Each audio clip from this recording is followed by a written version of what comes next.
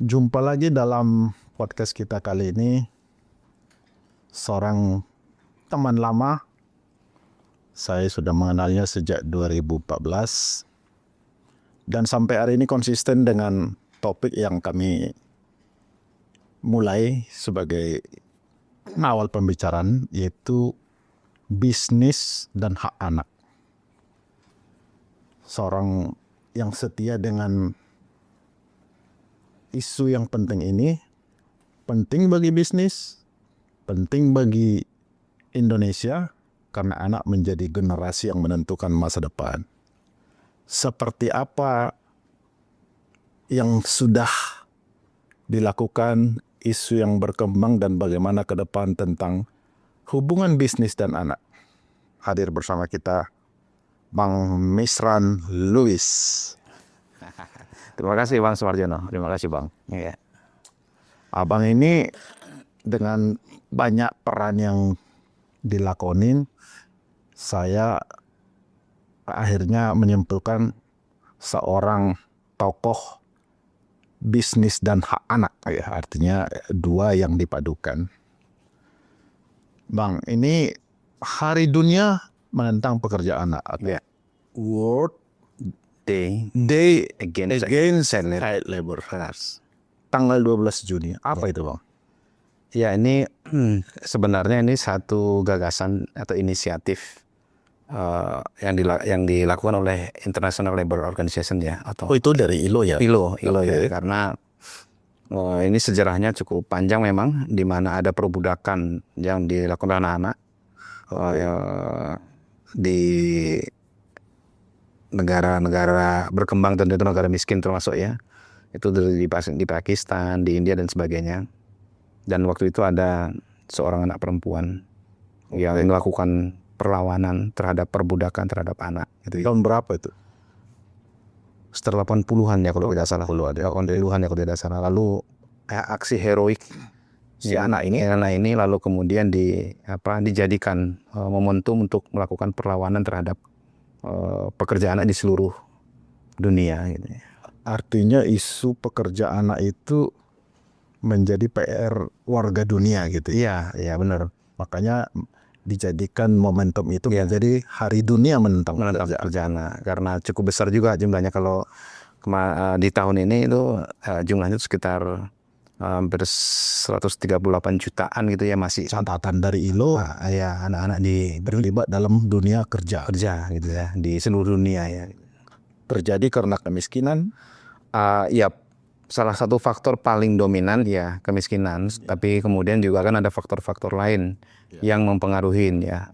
Tapi faktor penyebab utamanya adalah kemiskinan. Artinya kemiskinan dengan pekerjaan ini menjadi rantai rantai situasi yang cukup kuat, cukup dekat gitu ya. Tapi kalau secara sengaja mempekerjakan anak itu ya mungkin banyak alasan juga gitu ya. Iya. Tidak tahuan atau macam-macam gimana? Latar belakangnya tentu dari si anak dan keluarganya ya. Misalnya nih ada perbudakan anak di bisnis online, di narkoba. Itu kan banyak juga anak-anak yang diperbudak atau dijadikan dieksploitasi di situ. Tentu karena biasanya itu ya anaknya berasal dari situasi keluarga yang miskin, utamanya di situ. Tapi ada faktor penyebab lain juga ya, seperti pendidikan dan sebagainya gitu. Kalau terjadi menjadi agenda dunia, berarti juga menjadi agenda Indonesia. Kalau di Indonesia seperti apa isunya, Bang? Sudah pasti bagian dari agenda Indonesia, karena pertama Indonesia bagian dari dunia gitu. Karena Indonesia bagian dari dunia, dan secara legal atau secara hukum Indonesia bagian dari badan PBB itu. Nah, kita kan meratifikasi konvensinya, kita bagian dari organisasi ILO sendiri kan gitu. Jadi Indonesia masih banyak kemiskinan. Dan kemudian faktanya Indonesia juga masih banyak negara masih banyak kemiskinan.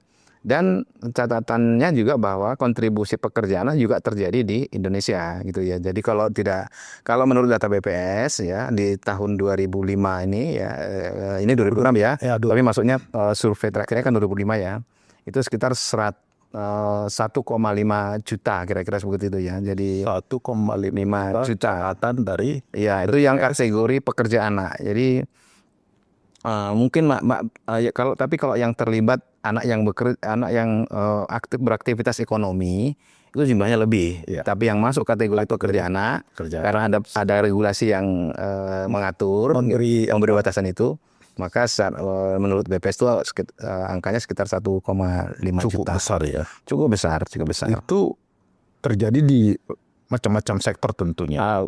Hampir semua sektor pasti ada, tapi kita lihat kontribusi terbesar itu ada di sektor perdagangan dan pertanian. Memang kalau kita lihat dua sektor ini itu bisa saja bergantian tergantung keadaan ya, karena pekerja anak ini kan bukan pekerja tetap yang akan kapanpun disurvei akan berada di situ. Dia pekerja musiman. Nah, artinya karena dia sektor informal gitu kan. Jadi mungkin kalau surveinya misalnya pada musim panen pertanian, apakah padi, jagung, tembakau dan lain sebagainya gitu, itu pasti akan populasinya akan meningkat. Tapi ketika musim panen sedang tidak terjadi, mereka pindah ke sektor perdagangan, UMKM kan, jasa dan sebagainya. Kalau dilakukan survei pada saat itu bisa seolah-olah nggak ada ya. Ada ya, bisa jadi begitu. Jadi tapi dua situasinya. Kalau secara data sekitar 27%-nya adalah pertanian. Pertanian, kalau Indonesia kan negara maritim Bang, apakah perikanan ada ya? Jadi kalau besar di sektor barangkali ya? tidak. Jadi yang cukup besar adalah di perdagangan dan pertanian. Memang di bawahnya ada yang sektor pariwisata, ada sektor perikanan gitu ya. Itu ada. Dan kemudian kita lihat saja wilayahnya. Artinya di desa itu kan anak itu bisa bekerja dalam banyak jenis. Tapi kita lihat bahwa itu hampir 70%-nya lebih itu ada di pedesaan. Nah, ketika di pedesaan kan bisa saja mereka mungkin di pertanian, di perikanan, atau di jasa, itu karena moving kan, sifatnya moving gitu ya. Kenapa saya sebut tadi perikanan? Karena waktu ada launching oleh Kemenaker di salah satu hotel di Jakarta, videonya itu video anak-anak di perikanan. Ada di pinggir laut. Jadi saya pikir di situ juga ya mungkin signifikan juga, makanya capture sebagai kasus bahwa kerja. Mungkin kalau di tahun 80, 90 sampai 2000-an awal, sektor perikanan itu salah satu sektor yang dapat sorotan dunia. Seperti kasus Sumatera. Karena itu di Sumatera Utara atau di Sumatera itu banyak sekali dulu waktu itu perbudakan pekerjaan di jermal sehingga mencuat kan begitu ya. Tapi kan sebenarnya ketika kami pernah melakukan penelitian juga, itu sebenarnya perikanan kan juga ada itu namanya perikanan lepas pantai kan. Tapi ketika akses pekerja anak semakin regulasi semakin ketat, untuk lepas pantainya kan sudah jauh berkurang atau mungkin bahkan sudah zero ya, bahkan bisa jadi mungkin ya. Tapi kan di daratnya perikanan daratnya itu kan banyak, mungkin mau dari tambak, mungkin pengolahan ikan yang dari dari laut kan, yang tidak ada tuh, atau yang mungkin sudah jauh berkurang tuh yang lepas pantainya. Tapi di pantainya itu masih ditambak juga banyak gitu. Ya, artinya bisa terjadi di mana saja. Bisa ya. Cuman karena negara agraris barangkali sektor pertanian perdesaan pertama jumlah penduduk kita yang berada di sektor pertanian itu besar kan gitu kan. Kemudian jumlah desanya kan jadi cukup besar, dan kantong kemiskinan besar, dan pekerjaannya juga lebih banyak berada di desa gitu kan. Sehingga bisa kita katakan bahwa sektor-sektor lain sebenarnya juga cukup banyak kan gitu. Tapi yang biasanya kan kita dari sisi data dan dari sisi seriusnya masalah kan gitu ya. Oke Bang, tadi kita kan sudah mulai perspektif global gitu ya. Pekerjaan rumah di Indonesia. Sekarang di Indonesia ini kira-kira apa upaya yang sedang dilakukan oleh siapa saja gitu ya, untuk paling tidak mengurangin gitu, membuat itu nol mungkin pekerjaan jangka panjang. Apa saja yang sudah? Mungkin tadi ingat ya, kita ketemu awal tadi berarti 2014 ya. Ya, 2014. Sebenarnya itu kan kalau saya katakan kan kenapa kita bisa ketemu, itu kan juga refleksi dari perjuangan kita dalam perlindungan anak. Gitu ya. Jadi kita melihat bahwa hampir 9 tahun masih Ya, mungkin saya mulai aktif dalam tadi sebagai penggiat pelindungan anak sejak tahun 99 ya. Oh, jauh lebih sebelum kita ketemu sudah. Ya. Nah, kita melihat waktu itu kan mengadvokasi berbagai macam kondisi ya yang dialami kekerasan, eksploitasi dan sebagainya. Lalu kita melihat satu celah ya di mana kita ini sebenarnya tidak bisa bekerja atau menyelesaikan isu ini pertama di luar sistem atau di luar mekanisme. Yang kedua tidak melibatkan orang yang kita anggap sebagai salah satu pemilik dampak atau yang berkontribusi terhadap dampaknya kan gitu. Itu misalnya kekerasan dalam rumah tangga kan itu yang berkontribusi ke kekerasan kan keluarga. Ya. Kalau adanya eksploitasi ekonomi berarti kan ada pengusahanya dan semuanya kan harus diikut sertakan sehingga melibatkan keluarga, melibatkan sebagainya. Nah, situlah kita berpikir mulai isu ini kita bawa dengan siapa saja sebenarnya yang berkepentingan. Artinya harus kolaborasi ya. Berkepentingan terhadap isu ini kan gitu. Jadi bukan anaknya ya tapi isunya kan gitu kan. Kenapa? Karena ini juga berpengaruh terhadap banyak hal. Ya gitu kan misalnya bisnis. Nah, kenapa kita kemudian mendorong ke bisnis? Ya karena tujuan utama bisnis kalau kita lihat inti dari code of conduct bisnis dan sebagainya apa? Kesejahteraan kan sebenarnya. Kalau tidak memberi manfaat, tak perlu ada bisnis kan ya. Nah, sekarang pertanyaannya apakah sudah memberi manfaat? Kan itu waktu itu kita yang diskusikan. Kalau memberi manfaat, kenapa masih banyak anak-anak yang bagian dari rantai bisnis itu sendiri tidak sekolah kan gitu. Tidak bisa mengakses pendidikan, kesehatannya kurang. Itu yang kita lihat kan gitu. Lalu kemudian tapi ini tidak kemudian dijadikan senjata untuk melawan perusahaan. Tapi dijadikan data atau kita sebut dengan evidence base untuk mengkomunikasikan dengan aktor pelaku usaha. Tapi dimediasi tetap dengan pemerintah sehingga ada para pihak yang terlibat membicarakan di dalamnya karena bagaimanapun negara itu kan berkewajiban ya, atau memangku kepentingan utama kan gitu. Sementara aktor masyarakat dan pelaku usaha kan aktor pemangku kepentingan tapi harus di bawah skema pemerintah kan gitu. Ya, barangkali itu juga yang mungkin salah satu yang membuat kita bisa bertemu kerjasama ya. Karena saya juga meyakini dengan cara berpikir abang tadi yang ini nggak bisa dikerjakan tanpa melibatkan semua aktor yang terlibat. Karena kalau yang lain menolak ya tetap tidak efektif, tidak optimal. Ya mungkin kan gitu ya, di perusahaan atau pelaku usaha sebenarnya juga merasakan bahwa ada persoalan ini yang harus dibicarakan dengan pihak lain, begitu juga mungkin juga ya. Ya itu memang pada saat awal-awal kita bertemu itu kan sedang banyak isu pekerja anak, kan gitu. Isu-isu buruh mulai itu naik memang di 2000 menjadi sorotan 10-an ya, menjadi sorotan. Dan itu diangkat oleh berbagai pihak sehingga seolah-olah khususnya industri sawit pada saat itu kita bertemu ya, seolah-olah ada pekerja anak secara masif gitu ya. Padahal dalam sejarahnya sawit itu justru ramah anak gitu. Kenapa? Buktinya ada. Desain perkebunan zaman dulu itu ada sekolah, ada daycare. Jadi kalau sampai di framing mempekerjakan anak, ya tentu perlu kita lihat apa alasannya gitu. Nah, itu kira-kira apa sebenarnya abang lihat kalau di industri sawit khususnya gitu ya?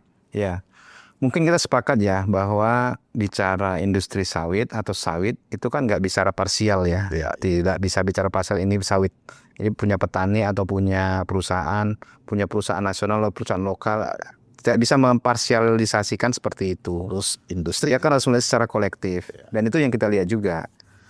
Ada mungkin perusahaan secara umum perusahaan sangat memahami dan melaksanakan regulasi-regulasi dan punya praktek-prakteknya. Tapi juga ada perusahaan-perusahaan yang mungkin level middle-nya pemahamannya kurang seperti itu. Ada yang di bawahnya lagi perusahaan level middle, mungkin perusahaan UMKM atau perusahaan atau sawit swadaya, dan ini kan rantai bisnisnya banyak gitu kan. Dan belum lagi petani kan. Belum lagi yang ada yang plasma, koperasi dan sebagainya. Dan ini maksudnya nggak bisa secara parsial. Bahwa kita melihat ini satu kesatuan. Itu satu. Yang kedua kami mengatakannya ada banyak blind spot sebenarnya gitu ya. Perusahaan pun ada blind spotnya gitu kan, tapi sedikit. Semua orang lah. Makanya sebenarnya yang kita bicarakan ketika kita melakukan tracing gitu ya, blind spot ditemukannya pekerjaan di mana saja. Dan memang diakui dalam data kajiannya adalah itu banyak yang di blind spotnya adalah di rantai pasok. Mulai dari level middle ya sampai di tingkat petani. Kalau level middle ini kan banyak ada yang pengepul, macam-macam kan gitu. Yang ini sebenarnya adalah basis-basis yang ada di masyarakat gitu kan. Tapi kita juga tidak mau bisa menutup mata bahwa semua punya tanggung jawab untuk menyelesaikan ini. Baik perusahaan maupun masyarakat ataupun pemerintahan di tingkat komunitas. Nah itu makanya kita gunakan pendekatannya adalah multi stakeholders. Dan itu yang kita cetuskan sekarang bersama-sama. Jadi kita bicara perspektif dari 3 pilar kita, dari sisi bisnis atau pelaku usaha, apa perspektif, kepentingan, manfaatnya dengan mengangkat isu ini atau menyelesaikan isu ini. Dari pemerintah jelas, kita nggak usah kaji. Regulasinya ada kan? Regulasi ditanggung jawab negara dan sebagainya, karena 1/3 populasi itu adalah anak loh. Jadi kalau Indonesia itu punya penduduk kurang lebih sekitar 280 juta misalnya sekarang ini. Sepertiganya itu berarti kan hampir ya mungkin sekitar 90 jutaan adalah usia anak. Nah kita bayangkan kalau perhatian kita kurang. Seperti tadi dikatakan 90 juta anak ini berada di mana? Sebagian besar berada di desa.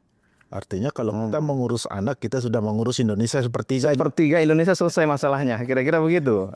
Dan mereka adalah orang yang disebut-sebutkan adalah sebagai generasi emas untuk 100 tahun Indonesia kan, dan 2045 nanti. Nah kita bayangkan itu generasi emas kita seperti apa kan gitu. Nah makanya ini adalah kerja besar gitu ya, kerja besar.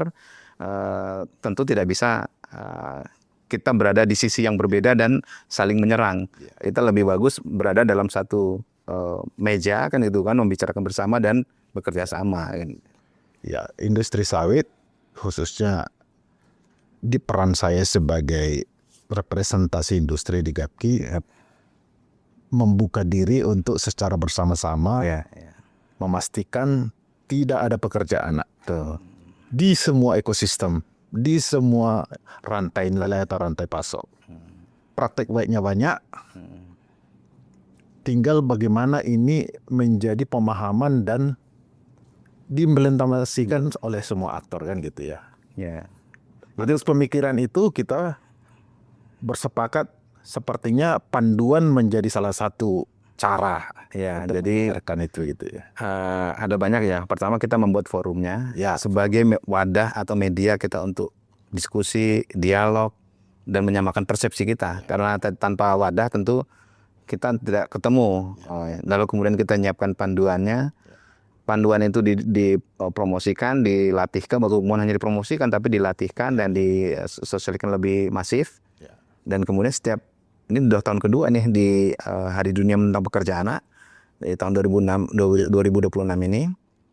Ini yang kedua ini. Yang kedua ini kita sudah melaksanakan yang namanya penghargaan Pakla Award namanya ya, untuk inisiatif praktek baik yang dilakukan industri pertanian kita dalam melakukan upaya pelindungan anak, pencegahan pekerja anak dengan berbagai macam skema. Selain industri sawit adalah salah satu yang banyak.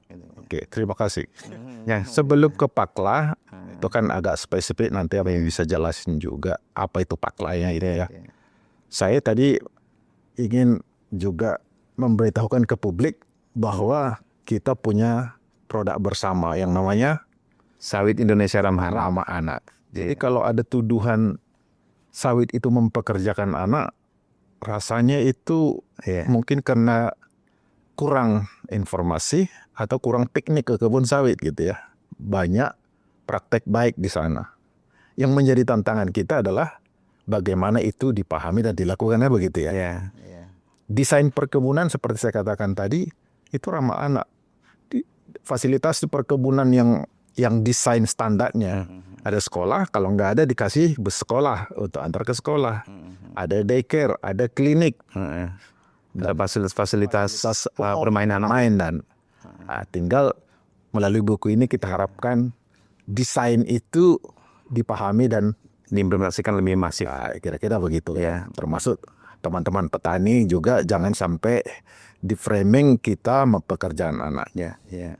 Karena anak dan pekerja anak menjadi agenda dunia, menjadi standar pasar gitu. Tapi sebenarnya perusahaan saya tidak hanya di dalam fasilitas ya, tapi preventifnya itu sudah dimulai. Misalnya dari standar atau syarat penerimaan Boleh ya. ketenaga kerjaan. Filternya Ya, filternya sudah. Walaupun Indonesia dan secara global atau secara internasional usia pekerja itu sudah dimulai dari 15 tahun gitu ya. Tapi saya lihat semua ya, kalau bisa dikatakan semua kebijakan di industri sawit itu penerimaan tenaga kerja di atas 18. Artinya Ada rambu-rambu sudah melampaui angka minimal angkatan kerja yang ditetapkan secara regulasi kan gitu kan. Hanya memang tantangannya tidak di perusahaan, dan tantangannya kan kita ini kan di masyarakat sistem. Indonesia yang sangat luas ya kan gitu ya. Masih sebenarnya ada faktor gitu ya. Ada faktor pertama adalah tradisi ini ya. Jadi ini juga menjadi yang harus kita dialogkan. Jadi bukan ditentang, tapi didialogkan. Karena menentang budaya itu kan bukan perkara mudah.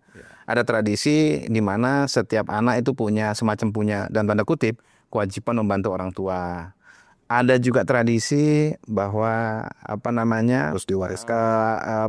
pekerjaan-pekerjaan yang selama ini dilakukan harus turun temurun gitu ya. Jadi tradisi, edukasi, dan regenerasi. Ya, kalau kita sebut sebenarnya 3 pilarnya itu adalah tradisi, regenerasi, dan regulasi. Oh gitu ya. Ya, regulasi sih. Jadi boleh kita tetap menjalankan tradisi, jadi bukan melawan, ya. Dan karena ada juga, tapi ada regulasi yang mengatur di dalamnya, gitu ya. Boleh regenerasi juga. Regenerasi tentu, karena kan Indonesia ini masih sebagai negara agriculture kan gitu kan. Jadi Dan ingat payungnya regulasi. Jadi boleh menjalankan tradisi, menjalankan regenerasi, tapi tetap dalam rambu-rambu regulasi. Itu yang diedukasi itu. Jadi ini bukan seperti pelanggaran hukum kriminal gitu ya. Jadi memang semua undang-undang. Tapi jangan sampai seperti menempatkan kasus kriminal lalu menyerang. Tidak, ini ada persoalan sosial. Maka yang kita bangun kan lebih ke dialog kan. Ini kan bagian dari itu ya, kita sering dialog. Jangan bosan juga, walaupun belum sampai pesan itu ya suatu saat akan sampai juga. akan menemukan waktunya. Menemukan waktunya.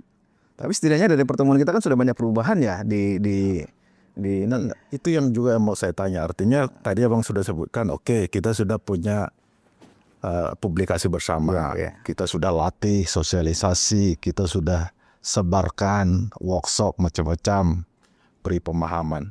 Tentu kan itu juga tidak cukup. Ya betul. Sekarang abang bikin Pakla Award. Pakla itu apa sih?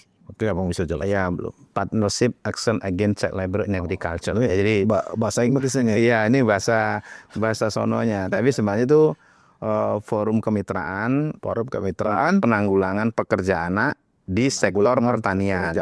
Di sektor pertanian. Kenapa pertanian? Karena kantongnya di salah satu kantongnya di situ, dan Indonesia juga terkenal dengan pertaniannya. Jadi kalau kita menyelesaikan masalah di pertanian, bisa dikatakan itu lebih dari setengah masalah Indonesia selesai sebenarnya kan gitu. Dan ini inisiatif dari pemerintah, dalam hal ini Kementerian Bappenas, Kementerian PPN Bappenas ya, Kementerian Ketenagakerjaan, dan juga Kementerian HAM dan Kementerian Pemberdayaan Perempuan Perlindungan Anak bersama dengan LSM Jarak dan juga GAPKI ya, yang inisiator nih ini. Lagi-lagi agenda pemerintah diinisiasi oleh pemerintah melibatkan para pihak. Ya, para pihak sektor tembakau juga itu. Supaya tidak salah sangka ini seolah-olah inisiatif CSO atau NGO. Bukan, justru itu kan idenya kan dari kementerian juga kan gitu, idenya kementerian, dan malah kalau mau kita tarik lebih apalagi ini idenya malah dari para pelaku bisnis.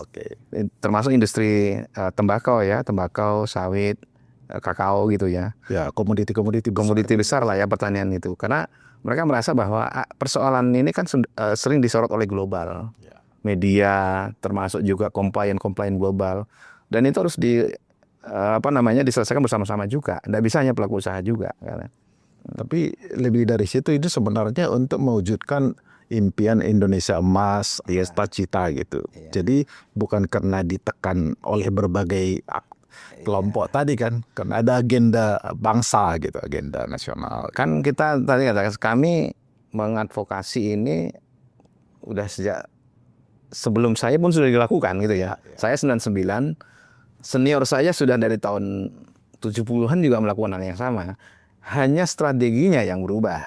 Dulu mungkin kalau ingat strategi mengadvokasi ini kan dari luar sistem dan dari seberang gitu ya. Artinya pemerintah berada di pihak seberang, CSO di pihak seberang lain lagi. Jadi semacam seperti itu. Kalau sekarang satu perang. Ya, bisnis juga gitu, kita intai kan gitu ya. Kita intai dapat celah, kita hajar atau serang gitu kan. Itu kan perubahan strategi. Kalau kepentingannya nih jangan sampai kemudian merasa ini ditunggak. Masa menyelesaikan masalah anak kita sendiri kita harus nunggu ditunggangin orang, kan tak mungkin. Bahwa ada sesuatu di dalamnya, hanya kita mengubah cara berpikir, cara pandang, strategi pendekatan, itu saja kan gitu kan. Jadi Pakla ini adalah multi pihak dan melibatkan juga private sector atau bisnis. Ya, kita Sektor apa saja yang sudah ada sekarang? kalau saat ini mitra anggota dan mitra itu ada di industri kelapa sawit, tembakau, kakao, kemudian tanaman pangan itu ada seperti kasava dan sebagainya gitu ya. Kemudian juga perhutanan. Dan itu akan terus Ya, dan ya perhutanan dan perikanan. Oke. Pakla Award gitu ini satu lagi pengembangan dari inisiatif tadi gitu. Iya, ya. Itu memotivasi supaya orang juga semakin terpacu gitu. Ya. Itu sudah 2 tahun. Kira-kira seperti apa ke depan itu? Ya, ini kan ya selain untuk mengapresiasi, sebenarnya paling penting kan kita ingin melihat ya, karena kalau tidak ada event, tidak ada acara untuk mengambil inisiatif itu dengan model seperti ini, kita nggak tahu apa yang sudah terjadi di bawah. Mungkin sudah banyak praktek-praktek yang dilakukan, tapi tidak terdokumentasi dengan baik, tidak terpublikasi dengan baik, kan gitu ya. Itu juga kan. Jadi kita melihat pertama ada perkembangan replikasi dari yang lalu. Kita melihat karena terutama dari sisi inisiatif yang masuk, yang mendaftar gitu ya. Jadi trennya ini positif nih. Positif banget, dan bahkan pesan itu ya, pesan kita ini tentang isu ini masuk di level top, Bahkan saya dengar tadi level owner ya. level owner gitu ya. Jadi Ini kabar seperti tahun lalu kita juga diundang oleh salah satu perusahaan di perkayuan gitu ya, namanya kita di telepon, dia berkatakan dulu kalau program-program kami itu jarang itu diposting oleh owner kan gitu ya. Maksudnya jadi dilaporkan, tapi begitu kami mendapatkan award yang tahun lalu itu dari Pakla, di media sosialnya owner, dia memposting kan gitu kan. Bahkan ownernya datang untuk menerima gitu. Nah, ada owner yang langsung padahal kita beraudiensi kadang-kadang belum pernah ketemu dengan ownernya itu. Selalu ya dengan manajemen ya. Nah, itu tahun lalu pun ownernya datang. Kemarin juga ada salah satu owner yang datang. Itu artinya pertama pesan itu sampai di level yang semua level gitu. Karena beda ya kalau pesan itu sudah sampai di level owner, itu artinya untuk mengembangkan ini ke dampak ke grassroots-nya kan lebih cepat gitu. Karena seperti itu. Dan replikasi juga kan gitu ya. Terima kasih Bang Misran. Ya, sama-sama. Mudah-mudahan ini bisa memberi wawasan pencerahan. Bisnis dan anak, masa depan Indonesia menjadi satu kesatuan. Benar.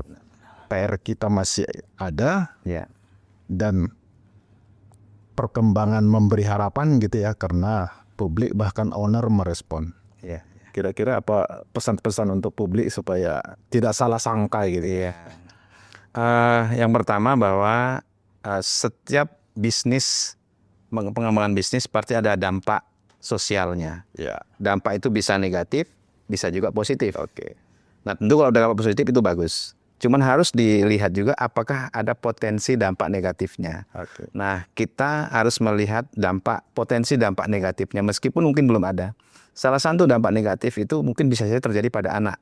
Ya. Karena anak adalah bagian baik konsumen dan sebagainya. Oleh karena itu mengantisipasi sejak dini dampak negatif yang mungkin muncul akan lebih baik dibandingkan kalau nanti sudah terjadi dampak itu sendiri akan sulit untuk memperbaikinya, kira-kira gitu. Baik, itu tadi Bang Mesran Lubis, bisnis, anak, dan masa depan Indonesia.